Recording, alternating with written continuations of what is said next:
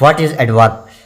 A word that describe और gives more information about a verb, adjective और adverb. ऐसा लफ्ज़ जो किसी फेल यानी वर्ब, एडजेक्टिव यानी इसमें सिफ्त के मुतल्लिक मालूमात देता है और उसके मानी में इजाफा करता है, उसको एडवर्ब कहते हैं।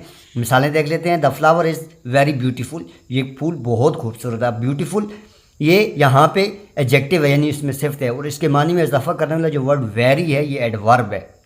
तस्लीम रन्स वेरी फास्ट, तस्लीम बहुत तेज़ी से दौड़ चलती है।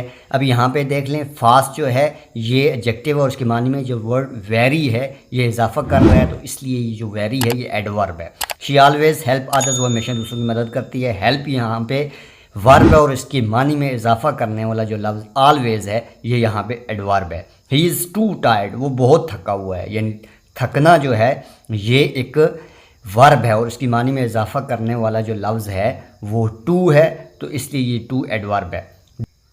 दे अराइव्ड लेट, वो देर से पहुँचे। अब कब पहुँचे? देर से, तो ये वर्ड जो लेट है ये एडवर्ब है।